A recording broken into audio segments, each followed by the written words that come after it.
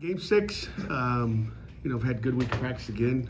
Got a really good, talented California team coming into Acrisure Stadium. We got to pack the ACK. The Panther Pitt's got to be loud and proud and give us a home field advantage. So we're expecting that from them, and should be a great atmosphere Saturday. What causes you to lose sleep about this Cal team? What concerns you the most? What concerns me, it's not the Cal team. It's about us just going out and executing. That's every week. we got to go make plays and we got to execute. We've done a good job to this point of executing. 85% of the time, I guess. There's that 15% you didn't make a play or didn't why did you just do something wrong and execute it wrong or have a mental error. But it comes down to execution. I would say if you look at Cal overall, I mentioned it on Monday. I think they're fast. I think they got really good speed. I think their linebackers are athletic. Their DBs are athletic. They lead the country in interceptions. We got to be smart with the ball. And offensively, they've got speed at the receiver spot, and their running backs are really fast, and their tight ends are fast. Number 10 is a really good player at tight end, so I think he's really fast. 87 is athletic as well. Is there anything that you did in preparing for it to face Omari and Hampton that can also be applied to Jaden Knott? No, they're two different guys. Hampton's a bigger guy. They say Ott's a 210-pound guy. He doesn't look that big on tape. We'll eyeball him when he, pregame just to see how big he really is. But 210, 220, that's 10 pounds is a big difference. You got to tackle them. Either way, it doesn't matter who they are. They're fast guys in the backfield. The big thing is, can you get your hands on them? Are you fast enough to run them down? Does the fact that you didn't need a fourth quarter comeback indicate progress?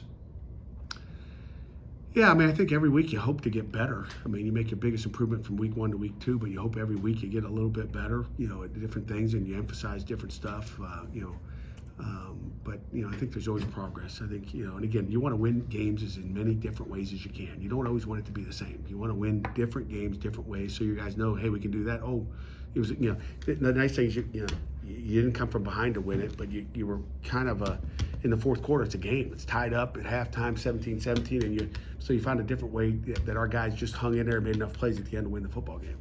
So you want to find different ways to win. You don't want to do it the same way where you're always, if you're ahead in the third quarter, that's the only way you can win. That's a problem. You've never been behind. So I think it's good for me as a head coach to know that we can win in different ways. And the kids trust and believe, psychologically they can win anytime. And the hardest one is that, the major comebacks. Those are the hardest ones when we've obviously done that. Was Saturday the most complete game that Javon has played since he became a starter? No, Javon's had some darn good games. And again, I don't go back and look at last year, but Javon's had some really good games. And he's been, there was a reason he started last year. After the first 2 games, I believe he was not a starter. No, he was a starter the whole time. Matter of fact, we moved him to the field, and Donovan took over. But Donovan's a good football player, but he had one of those games too. But he's had other ones like that. And how's Brandon done with the quarterback responsibilities on the defensive side as far as communication, getting guys where they need to be, and where is he being where he is, allowing Kyle and Rasheem and others to make plays? Yeah, I think everything starts with the middle linebacker, Brandon George. His first thing is to get him lined up. Okay, that's what he does. That's what our Mikes do. He gets everybody lined up. He gets everything aligned properly. There's a lot more to it. The green dots helped because Coach Mandelack can talk to him up until that 15-second mark. So that's made it a little bit easier as far as that goes. Again, versus these tempo teams like last week, it helps more. In the previous games when everybody was huddling up, they're breaking the huddle with about 17 seconds and lining up, and then you're losing communication, so it doesn't help you. So the teams that go fast, like North Carolina was like 43%, pretty good tempo. You're going to have time to talk to them. And I think California will tempo, which will really help us a lot if they go fast, and we can help out the backer a little bit. Pat, you may disagree with this, but it seems like there's a perception of you that you're like a pro-style offense guy, maybe not a spread offense guy. Obviously now you're scoring a bunch of points, whatever. I don't know, through what you've seen in your career, how have you evolved into having that, and then what's it feel like seeing your offense be able to score, being an identifiable part of this program? Stereotypes are bad, as you guys all know, right? We should not stereotype, but the one thing I'll say to it, like the last 2 years prior to this season, we weren't trying to not score points. Every time I bring an offense coordinator in here, we bring him in with the intent to score points. That's what we want to do. The more the merrier, right? I think, Matt Canada, when he was here, we were explosive. I mean, matter of fact, I had to tell him to stop scoring so fast. Like at Syracuse, when we ran the same exact formation, the same exact play, and ran a reverse and scored both of them on 70-yard runs. It was like, and it was one play and the defense is back out on the field. And we didn't have a bunch of good defensive players in that game because we were all banged up. But I think Matt Canada was really explosive. I think, Whipple was explosive, and now we got to Coach Bell. I mean, I wish I could pick him better and make you happy all the time and not just sometimes. I'd prefer that, but sometimes we make mistakes, but the intent is always to score points. It's never, and you're trying to mold your offense. You're trying to mold your offense to your personnel. I mean, when Kenny left, it was like, okay, we're not going to be this slinging around, fast tempo. Let's get Kenny as many plays as possible. When he left, it was like, okay, what's our quarterback situation? We'll bring another transfer in, and we had Izzy Abandokan in the backfield, and we did pretty good for 1 of the 2 years. I think we were explosive. Izzy was fun to watch 2 years ago. I guess in 22, 23, he was gone, and now what do you do? Now you lost, and we lost a bunch of good defensive guys. So those things go in, you wish you could be explosive every year. It's the same thing in the National Football League. It's the same thing around the country. Everybody would like to be explosive every year. Yeah. And you can be if you call them right and things work out. In terms of Good question. In terms of conference realignment, what do you think about Cal being in the ACC? Do you think there's a benefit to playing a team that hasn't traveled so far? Maybe it helps you a little bit, which I don't, it helps you a little bit on one end, but next year, guess what? We're going to travel far. So, to me, it's kind of where college football's gone. Wish they'd start to regionalize and do some of those things, but we don't want to go out there next year. And I think it's better for them than for us. Maybe it's just my East Coast mindset, but they're coming in here playing a noon game. Next year we'll probably go play an 8 o'clock at night game, and the game's ended at 2 o'clock in the morning, and you can't practice that. That's what I don't like, is that time change. I mean, I think this is great for Cal to come in here and play a noon game. Okay, I think that's the way you'd like it to be. I mean, they're all awake at noon going to class, so they're good, but they played noon 1, 2, 3 to 4 o'clock. So noon to 4 is not a bad window for them to come out here. But we're playing a 3:30 game. What if we play, I'd like a noon start to really make it hard on them, right? I mean, what time is that in the morning? 9 a.m.? Like, who plays 9, except it would be not bad for us if you're a morning practice team. So for us to go out there and finish the game at 2 o'clock in the morning, I think that's hard because you can't practice it. I'm not going to tell our guys, hey, we're practicing at 2 o'clock in the morning, let's go. But next year I might have a couple really late practices just to kind of work that a little bit, because I think you have to. So I mean, it's about who you get to play. But when we go out there, it should be a 3:30 game. But when they come out here, it should be a 3:30 game, or a night game. I don't care. But we're not going to control that either, because the networks are going to control all those situations. You wouldn't like 3 West Coast trips in the first half of the season, like California has 3 East Coast trips in the first half of the season. Yeah, we don't have to deal with that. That's why it was okay to bring them in here. That's something they got to deal with, right? Mm-hmm. So yeah, I would not be happy if we had to play a bunch of games out west. That would not be fun, because I think it wears you out when you go to travel to Louisville and then North Carolina. I think 2 years ago, just those road trips, and they were both night games, and that wore on us, I think, and we don't, wasn't a big time change. What do you think of Rodney's first game back? It's a little rusty. He practiced just on Thursday last week. I think I lied to you guys last week. So Mac Brown didn't know he practiced. Yeah, I did it. I admitted to it. We didn't find out as early as I told you, but I wanted them to, have to go, holy cow, the guys played for it. If I'd have just told you, he just got, So he didn't get a lot of reps last week. He was a little rusty. I think he'll be a lot better this week as far as, what he's doing. And he's got a lot more reps this week. Period. He's gotten 3 good days of practice. With how much success Desmond has had this year, how do you kind of balance who gets in there with how impactful Desmond's been? That's hard. I mean, you don't really want to take Desmond off the field, but you got to keep him fresh, and we know Daniel Carter's a good football player. We saw that a couple weeks ago, and then Rodney's got to, Rodney can help us, and again, keeping him fresh. So in the fourth quarter, when you really need a play and you throw it to Desmond or you hand it off to him, that he's got the ability at that point. I was a little disappointed he didn't take that one to the house. He got walked down. We asked him about it. And so it was, I said, I thought you had speed. Are you kidding me? But so hopefully he's faster this week. The national letter of intent going away, recruits will just sign 8 agreements. Would you be in favor of at some point, there's not even a signing day or signing period, it's just, anytime after, say September 1st of a junior year, high school kid can just sign an 8 agreement, it's done, it's over with, you got them locked up? Yeah, I haven't followed all that, Chris. I haven't followed all the new rules and, except for the days in the portal and all that stuff. But, how many scholarships how many grant aids can you sign? Probably the same number it is now, I would assume. I have no idea why that rule changed. I have no idea the intent. But, in the old days, the letter of intent, the purpose of a letter of intent was, okay, I always, when I was sitting at home visit, I'd say, okay, there's 2 papers you're going to sign. Okay, the first one is a scholarship. This is the money part. Okay, this is the money.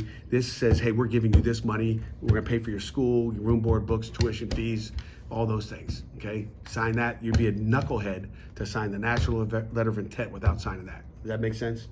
National letter of intent is what binds the University of Pittsburgh to Pitt, or to that kid and that kid to Pitt. So, my question is, without knowing the insides of the rules, because I haven't looked at it, maybe you can let me know next week, because I really don't care. Can you as a recruit sign with 3 different schools and wherever you show up? That's what the letter of intent was. You could only sign one of those, and whichever. If you were a knucklehead kind of guy, which back 30 years ago, some kids would try to sign them. And if you sign 2 letter of intents, which one do you think counts? You have to put the date. You have to put the date and time on there. So it's whichever one is timed properly. That's what locked you in. That hey, he's coming to Pitt. Now, can a recruit sign 3? I don't know if they can or can't. I have no idea. I just don't know why we even changed it. But that would be my concern with hearing that new rule. Can a transfer do that now? Could a transfer sign an 8 agreement and then back out and go somewhere else? Yes, they can sign 5 scholarships right now. It's what locks a transfer into going to a certain university is he can sign 5 of them. It's wherever he enters and goes to school first. So it's wherever he shows up, which is crazy. It's another, we should have a letter of intent for those guys. You want to sign a scholarship, you sign this national letter. That's what makes us sleep at night as coaches. No letter of intent, I don't know. I don't know what it means. It's almost like you should have a contract or something, right? Yeah, the contracts are good. That's what a national letter of intent was, is a contract saying you're coming. We don't care about the money part of it. Sign that, that's great. If you signed a letter of intent and didn't sign a scholarship, you're coming as a walk-on for free. Appreciate you. We want contracts. It's not the law of the land yet, but the revenue sharing with players is coming. What's your feeling on that? I think it's great. They make the university a lot of money. It's kind of like a, enhanced name, image, and likeness deal. That I think it's good. And that's where we are. And I think it's good. Just want to make sure the kids are doing the right thing with their money. That's what I can. You give a 17, 18, 19-year-old money. You wonder what they do with it. And to me, if I was a parent, I'd make sure I took the money and invested it and put it away and said, you can get it when you graduate. Get your degree. To me, that revenue share is great. Give it to them after they've graduated. Okay, make sure they get a degree. Do you sit down with these kids and tell them things like that? Oh yeah, no doubt about it. I try to educate the parents of what I would do if it was my kid.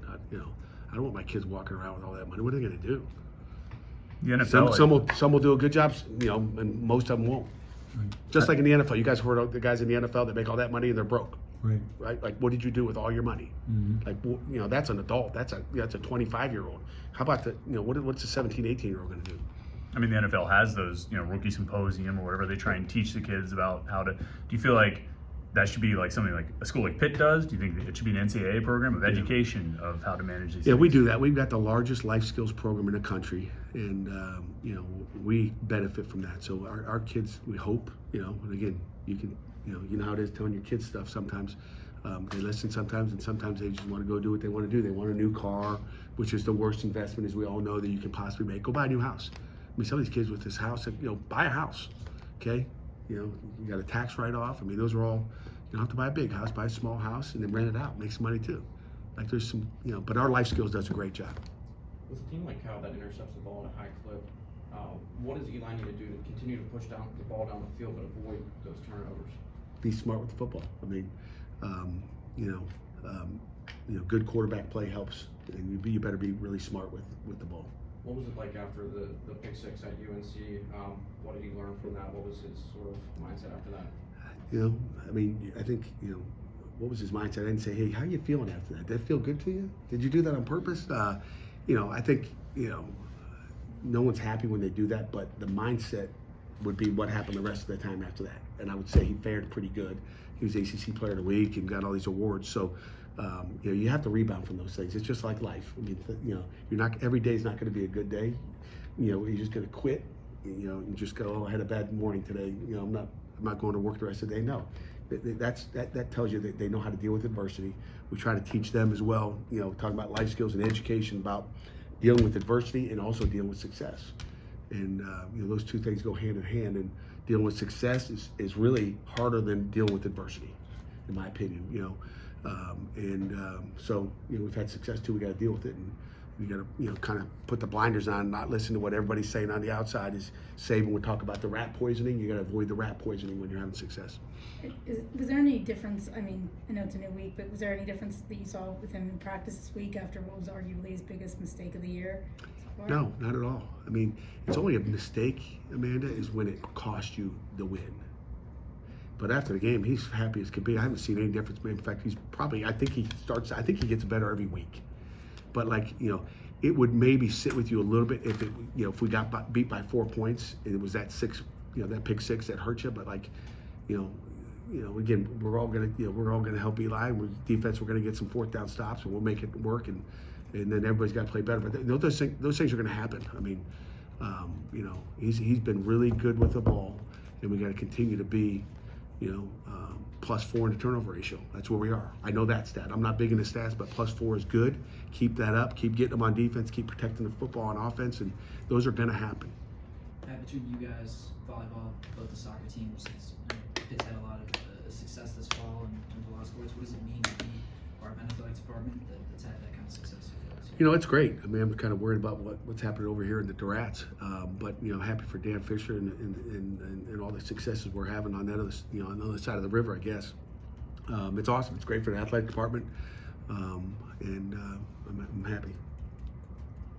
Anything final? Whose idea was the video, and you had to have acted in your school play in high school? Okay. I don't think we had a school play at Ursuline High School. I was on the stage crew when I had to take a theater class at Rhode Island. I was on the stage crew because I wasn't going out there, so I don't do that. And was not my idea. I just followed directions. Our marketing team, you know, had an idea, and it's, you know, it's what we do. So just whatever I got to do to help promote the University of Pittsburgh, I'll do it. Did you enjoy it? You had a smile on your face at the time? You know, it's a great question. I don't know if I enjoyed it. I was kind of laughing, like, what am I doing here? This is kind of funny. And I you know, I guess Mr. Rogers laughed a lot.